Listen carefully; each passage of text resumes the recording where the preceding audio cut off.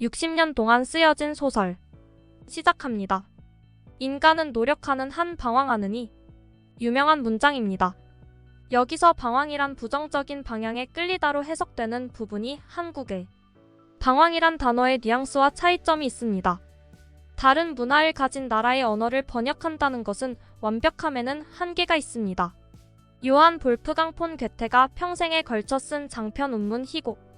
동문학에서 가장 중요한 문학작품이기도 합니다. 신과 악마의 내기를 다룬다는 점에서 욥기에서 모티브를 따왔다 보고 있습니다. 파우스트와 직접적으로 연관된 이야기로는 아다나의 성 테오필로 이야기가 있습니다. 테오필로는 고위 성직에 오르고 싶어서 악마와 계약했으나 이후 이를 후회하고 성모 마리아에게 간절히 기도하였습니다. 그러자 마리아가 나타나서 그를 꾸짖은 뒤 용서해 주었다. 이후 깨어난 테오필로는 악마와의 계약서가 자신에게 있음을 발견하고 이를 교우들에게 고백한 다음 계약서를 불태웠습니다. 이 이야기가 이후 파우스트의 소재가 되었습니다. 그야말로 괴테의 생애와 철학이 담겨있는 작품. 비극 제1부와 2부로 나뉘는데 1774년 집필하여 1831년 완성하였다. 비극 제1부는 1808년에 출판된 후 20여 년 뒤 2부가 집필되었다. 2부는 그가 죽기 1년 전에 완성되었으며 죽고 나서 출판되었다. 많은 세월이 지났기 때문에 2부는 1부와 분위기가 사뭇 다르다. 보통 파우스트라고 말하면 1부를 지칭한다. 2부는 특히 상징적인 내용이 많아 이해하기 매우 난해하다. 괴테가 어린 시절에 본 파우스트 인형극이나 민중본의 영향을 받았다는 이야기가 있다. 주제는 인간이 끊임없이 노력한다면 구원받을 수 있다는 것이다. 메피스토는 생고생을 하면서도 주인공 하일리 파우스트가 원하는 모든 것을 들어주려 하고 파우스트는 갖가지 혜택을 보면서도 계속해서 무언가에 목말라 한다. 그가 고뇌하는 주제는 현대에 들어서도 깊은 사색거리를 던지는 흥미로운 질문이고 작품 내내 끝없이 고뇌하던 그는 마지막 순간 명확한 지향점을 찾으면서 그 순간 멈추어라. 너는 정말로 아름답구나. 를 외친다. 메피스토펠레스는 어쨌든 해당되는 말을 입 밖에 꺼냈으니 계약은 충족되었다고 주장하며 파우스트를 끌고 가려 했지만 신은 진심으로 지금 이 순간을 향해 그 말을 한 것이 아니기 때문에 계약의 충족을 인정하지 않고 파우스트를 구원하여 데려갔다. 작품에서 파우스트가 보여주는 것은 초인적인 인물상이라 할 수 있으며 이것이 이른바 파우스트적 인간상이다. 이는 끊임없는 지식욕에 이끌려 자신이 맞닥뜨리는 장애에 대하여 초인적인 의지로 맞서는 유형의 인간으로 형상화된다. 그는 인간 자신을 옭아매고 있는 윤리에 의한 한계를 거스르고 더 나아가 자연현상에 대한 굴복, 시간과 공간 등 인간을 둘러싼 모든 굴레에 대항하여 싸우면서 인간을 가두고 있는 지식과 능력의 한계에 도전한다. 즉, 그는 인간 세계의 한계 그 자체에 맞서는 인물이고 이러한 노력 끝에 그는 구원되는 것이다. 메피스토의 악한 계획에 저항하지 않고 계속 수동적으로 끌려가는 그의 모습이 노력과는 분명 거리가 있다는 주장도 있다. 하지만 자신이 지옥에 떨어지게 될 운명임을 알면서도 지식욕을 충족시키기 위하여 신에서 벗어나 인간으로서 자립하는 모습을 보여준다는 점을 미루어 볼 때 수동적이라는 견해는 타당성을 얻기 힘들다. 모든 것은 그가 선택한 것이었다. 그의 구원은 그레트헨의 구원과는 정반대로 그의 자아실현 독일 낭만주의에서의 최종 목표를 위한 폭풍과도 같은 열정과 의지에 의한 것이다. 이 작품이 계몽주의로 연결된다는 분석이 있으며 이에 대하여 파우스트 자신의 노력으로 구원을 이룩한 것이 아니고 처음부터 신은 파우스트를 구원할 예정이었으므로 기독교의 전통적인 구원관 내지는 예정설과 같은 관점이 개입되어 있으며 이 견해에 따라 이것을 계몽적이라고는 보기 힘들다는 주장도 있다. 하지만 계몽주의는 신 그 자체를 부정하거나 운명 그 자체를 받아들이지 않는 것이 아니며 인간의 끊임없는 지식욕 자체가 바로 계몽주의로 연결되고 있다는 주장도 있으므로 판단은 능동적으로 할 일이다. 19, 20세기의 파우스트는 독일 그 자체와 동일시되는 인물로 여겨졌다. 그는 행동하는 인간, 특히 남성으로서 히틀러에 의하여 정치적으로 악용되었으며 역사의 길이 남을 수많은 불행을 가져왔다. 중간에 발푸르기스의 밤이 등장하는데 등장인물이 어마어마하게 많은 것이 특징이다. 외설적인 묘사와 장면이 많이 나오기도 한다. 여담으로 작중 등장인물 그레트헨은 괴테의 첫사랑이자 짝사랑 상대인 그레트헨을 모델로 한 인물이다. 본인은 괴테를 친한 남자의 정도로만 여겼던 모양이고 괴테는 이러한 태도에 배신감을 느껴 결별한 후 다시는 언급하지 않았다. 그러나 파우스트에서 그레트헨을 순수하고 순결한 인물로 그리고 자신을 투영한 파우스트의 연인으로 등장시키며 결국 구원받는 이야기로 마무리 지은 것을 보면 미련은 남았던 모양이다. 파우스트 작품이 예술에 미친 영향. 파우스트는 독일 문학의 가장 중요한 문학 작품 중 하나로 독일어권 교양 자산의 핵심이자 인용의 보고이다. 패러디의 대상이기도 하고 연극으로 연출되며 음악으로 작곡되고 희극으로 각색되는 등 항상 새로이 연구된다.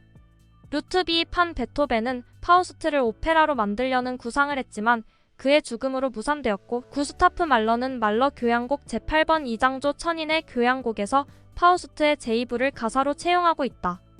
프란츠 리스트는 파우스트를 주제로 아예 교향곡을 하나 만들었다. 렘브란트, 들라크루아 등이 파우스트의 한 장면을 그린 회화도 있다. 데즈카 오사무도 파우스트에 매료되어서 3번이나 만화로 그릴 정도였고 여러 번 애니화를 추진했지만 번번이 무산되었다. 데즈카 오사무 사후에 80화 분량의 파우스트 애니화 시나리오가 발견되었다고 한다. 악마와 인간이 계약을 맺는 이야기는 이미 고전을 넘어선 클리셰와 패러다임이 되어 예술가들에게 영감을 불어넣고 있다. 악마가 아니더라도 초월적이고 위험한 존재와 평범한 인간이 계약을 맺는 전개가 발생하는 작품은 이미 직간접적으로 파우스트의 영향을 받고 있다고 확신해도 좋다. 데스노트나 흑집 사나 마마마 등 현대 인기작 만화들도 그 영향을 크게 받았다. 관용적인 표현으로 파우스트적인 거래라는 것이 있다. 독일의 문학작품 파우스트에 기반한 표현이다. 파우스트는 괴테가 저술한 희곡으로 주인공 파우스트는 부와 명예와 청춘과 세상의 모든 것을 얻기 위해 악마 메피스토펠레스에게 영혼을 파는 계약을 체결하게 된다. 따라서 파우스트적인 거래는 종종 단기적 이익을 위해 장기적인 비용을 지불하거나 큰 위험을 감수하는 결정을 내리는 상황에 적용되고는 한다. 간략 줄거리. 천상의 서곡. 신과 악마 메피스토펠레스가 인간 파우스트를 두고 유혹 속에서 사람이 자신의 길을 찾을 수 있는지 내기를 한다. 메피스토펠레스가 신을 찾아와서 인간에 대한 험담을 늘어놓는다. 신이 파우스트를 가리키며 지금은 뒤숭숭하게 나를 섬기지만 결국 자기에게로 오는 올바른 길을 선택할 것이라고 메피스토에게 말한다. 메피스토가 그렇다면 자신이 지상에 살고 있는 동안 파우스트를 유혹해도 되겠냐고 허락을 구하고 지상의 일은 알아서 하라고 신이 승인을 해주며 이야기가 시작된다. 비극 제1부. 파우스트는 검은 개로 변신한 악마 메피스토를 만나 거래를 하게 된다. 거래의 조건은 이 세상에서는 메피스토가 파우스트의 종 노릇을 하면서 인생의 즐거움을 느끼게 해주는 동안 단 한 번이라도 파우스트가 편안하게 침대에 누워 허송세월을 하고 싶어진다면, 다시 말하자면 현실에 만족하여 미래를 포기한다면 파우스트는 순간아 멈추어라, 너는 정말로 아름답다 고 외치게 되고 그 순간 그의 영혼은 지옥으로 끌려가 이 세상에서와는 반대로 파우스트가 메피스토의 종이 되어야 한다는 것이다. 이런 거래를 하고 난 뒤 메피스토는 파우스트를 다시 젊게 만들어주기 위해서 자기 휘하의 마녀를 찾아가게 되고 마녀를 만나 젊음의 비약을 마시고 회춘한 파우스트는 그곳에 있던 마녀의 거울로 본 그리스의 절세미녀 헬레나에게 반하게 되는데 마녀의 비약의 부작용으로 길거리에서 만난 소녀 마르가레테 그레트헨과 마치 헬레나처럼 보이게 되어 한눈에 반하게 된다. 파우스트는 그레트헨에게 자신을 하일리이라고 소개하고 선물을 주거나 메피스토의 능력을 빌어 그레트헨의 방에 몰래 들어가 목걸이를 두고 오는 등 구애하다가 결국 관계를 맺기까지 한다. 그러나 그레트헨은 메피스토의 음모로 연인 파우스트의 손에 오빠 발랑틴을 잃고 자기 손으로 자기 어머니를 죽이고 시집도 안 간 몸으로 파우스트의 사생아까지 갖게 된다. 그레트헨은 아이를 우물에 넣어 죽이고 죄인으로서 감옥에 갇힌다. 이를 모르는 파우스트는 그레트헨의 오빠를 죽인 죄를 피해서 하르츠 산속으로 도망쳤는데 그날이 마침 발푸르기스의 밤이라서 여러 마녀들을 만나고 발푸르기스 밤의 꿈에서 오베론과 티타니아의 금혼식이라는 연극까지 본다. 이렇게 발푸르기스 밤이 끝나고 뒤늦게 그레트헨이 사형의 위기에 처해 있다는 사실을 알게 된 파우스트는 메피스토를 협박해서 그레트헨을 구출하러 간다. 거기서 반쯤 미쳐버린 그레트헨과 대화를 나누게 되는데 그레트헨을 탈출시키려는 파우스트와 자신의 의지로 자신의 죄에 대한 형벌을 받으려는 그레트헨의 대화 후 결국 탈출을 포기한 그레트헨은 신에게 자신을 바치면서 사형당한다. 메피스토는 그녀는 심판받았소 라고 파우스트에게 말하지만 하늘에서는 구원받았노라 라고 말하는 신의 목소리가 들린다. 파우스트를 메피스토가 억지로 끌어내면서 함께 자리를 떠난다. 비극 제2부 1부와 비교해보면 내용이 엄청나게 어려워진다. 메피스토가 파우스트를 꿰기 위해 트로이 전쟁의 그 헬레나를 호문클루스를 통해 강림시킨다. 기독교적 세계관에 속한 그들로서는 다른 신화에 속하는 이를 불러올 수 없다던가. 결국 둘은 트로이 전쟁 시기로 떠난다. 파우스트는 위험에 처한 헬레나를 구하고 결혼하여 아들을 얻는다. 하지만 너무나도 자유로웠던 아들 오이포리오는 하늘을 날고 싶어 하다가 떨어져 죽고 헬레나는 옷에 천만 남긴 채 사라져버린다. 이후 원래 시대로 돌아온 뒤 전공을 세우고 황제에게 영지를 받아 간척지 사업을 하며 유토피아를 만들게 된다. 하지만 이 과정에서 파우스트에게 땅을 팔기를 거부한 노부부와 마침 노부부 집에 머물던 나그네까지 메피스토가 보낸 사람들에게 살해당하고 메피스토는 파우스트에게 좋은 조건으로 노부부와 합의보고 철거시켰다고 거짓 보고를 하는 등 이 유토피아도 결국 헛된 것임이 묘사된다. 그 과정에서 눈까지 멀어버리지만 어찌되었건 그곳에서 참된 삶의 의미를 깨달은 그는 이렇게 말한다. 매일매일 정복한 자만이 자유를 누릴 수 있다. 이것이 나의 결론이다. 이 자유로운 곳에서 자유로운 민중들과 함께 하리라. 이 순간에 말하리라. 멈추어라.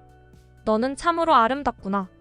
메피스토가 드디어 목적이 이루어졌다고 믿으며 영혼을 데려가려는 찰나 천사들이 내려와 끊임없이 노력하는 자는 구원받을 수 있다라고 하며 메피스토와 악마들을 무찌르고 파우스트의 영혼을 구원한다. 그리고 그의 영혼은 그레트헨을 다시 만나게 된다. 등장인물 역할을 보며 파우스트 작품을 좀 더 알아보겠습니다. 1.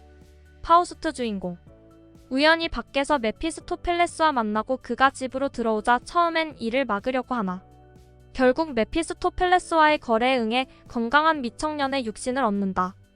미남이 된 파우스트는 그레트헨이라는 처녀와 사귀게 되고 발푸르기스의 밤이라는 신비한 체험을 하기도 한다. 그러나 메피스토의 공작으로 일이 꼬여서 그레트헨의 어머니도 죽고 그레트헨의 오빠는 파우스트의 칼에 죽고 그레트헨도 감옥에서 처형당하는 비극을 겪는다. 2부에선 어느 나라의 황제와 만나게 되고 그 과정에서 제자 바그너가 만들어낸 호문클루스를 통해 미녀 헬레네를 불러내게 되는데 그 과정에서 헬레네에게 반하게 된다. 파우스트는 메피스토펠레스의 도움으로 메넬라우스도 물리치고 헬레네를 얻는데 성공하지만 그녀와의 사이에서 태어난 아이가 죽게 되면서 헬레네와의 가정도 파탄난다. 이후 황제에게 간척 사업을 하라는 명을 받고 나름대로 유토피아를 꾸려보려 했으나 메피스토펠레스의 뒷공작 탓에 그마저도 허사가 된다. 최후에는 메피스토펠레스와의 거래대로 현재에 만족하는 순간에 해야 하는 말을 해버려서 메피스토펠레스에게 꼼짝없이 영혼을 넘겨야 할 처지가 되지만 계약 내용대로 현재에 안주해서 한 말이 아니라 나중에 그렇게 될 것이라는 뜻으로 한 말이기에 천사들이 그를 구원하고 메피스토펠레스의 계획이 실패로 돌아가면서 파우스트는 구원을 얻는다. 최후엔 그레트헨과 만나며 해피엔딩을 맞이한다. 2. 메피스토펠레스. 신과 내기를 한 악마. 파우스트를 세속적 쾌락으로 꼬드겨서 타락시키는데 성공하면 자기가 그의 영혼을 갖기로 한다. 늙고 쇠약한 파우스트에게 검은 개의 형상을 취하고 다가온다. 파우스트를 12부 통틀어서 겉으로는 물심양면으로 돕는다. 파우스트에게 이런저런 쾌락을 선사하며 환심을 사려고 애쓰는 한편 2부 후반 파우스트가 건설하려는 유토피아 작업에 선한 노부부와 그 손님을 살해해버리고는 평화적으로 처리했다며 거짓말한다. 최후의 내기에서 이기는 듯 했으나 신이 천사들을 보내 파우스트를 구원해버려서 닥쳤던 개가 되었다. 3. 그레트헨. 젊어진 파우스트가 첫눈에 반하게 된 아가씨로 1부의 히로인. 정숙하고 아름답지만 귀족 아가씨는 아니며 한편으로는 순진해서 파우스트에게 쉽게 넘어간 점이 있다. 파우스트와 연애하다가 혼전 임신까지 하고 파우스트를 탐탁찮게 여기던 오빠가 파우스트 일행에 엮였다가 죽는 등 불행을 겪는다.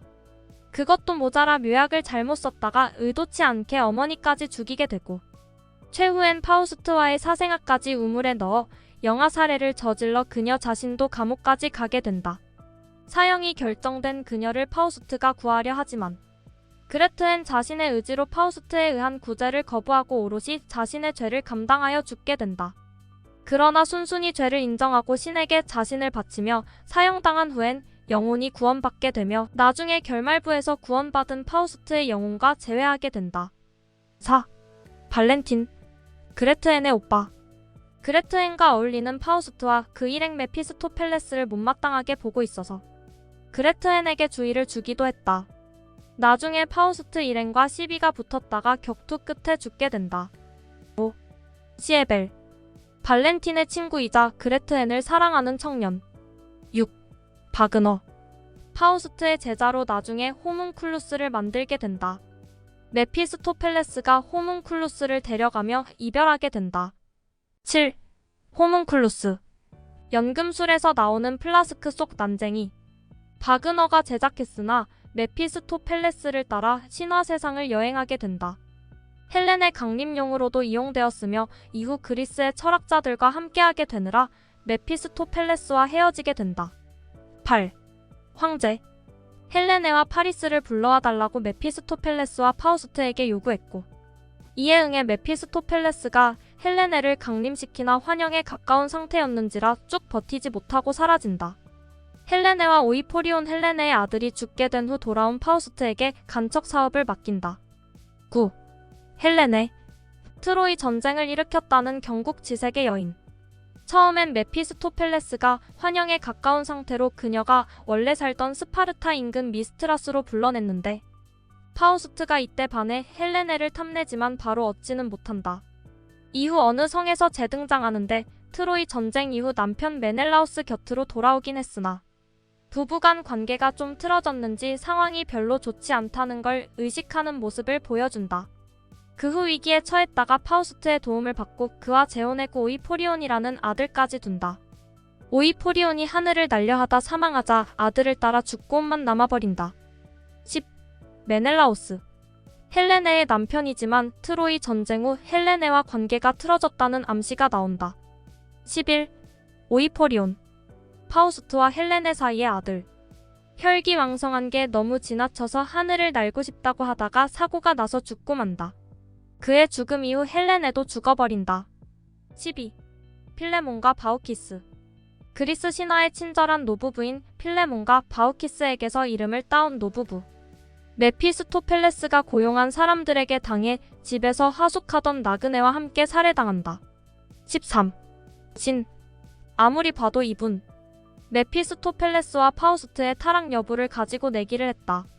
그러나 마지막에 파우스트를 구원해준다. 구원, 파우스트의 영혼은 메피스토펠레스의 소나기에서 벗어나 천사와 그레트엔의 인도를 받으며 천국으로 올라간다.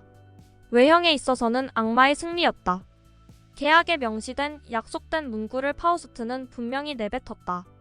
그러나 파우스트는 구원받았다. 다른 말로 메피스토펠레스는 결코 내기에서 이기지 못한 것이다. 파우스트는 악마의 향락에 대한 유혹을 뿌리쳤다. 처음 신과 악마의 대화에서 신이 말한 것처럼 파우스트는 어두운 충동에 사로잡힐지라도 올바른 길을 결코 잊어버리지 않았다. 파우스트의 이러한 인식은 그의 영혼의 향상을 의미하며 마침내 그에게 구원을 준 것이다. 여기까지 독일의 어학당 간판으로 사용되는 괴테의 작품 파우스트에 대해 알아보았습니다. 구독과 좋아요는 다음 영상을 만드는 큰 에너지가 됩니다.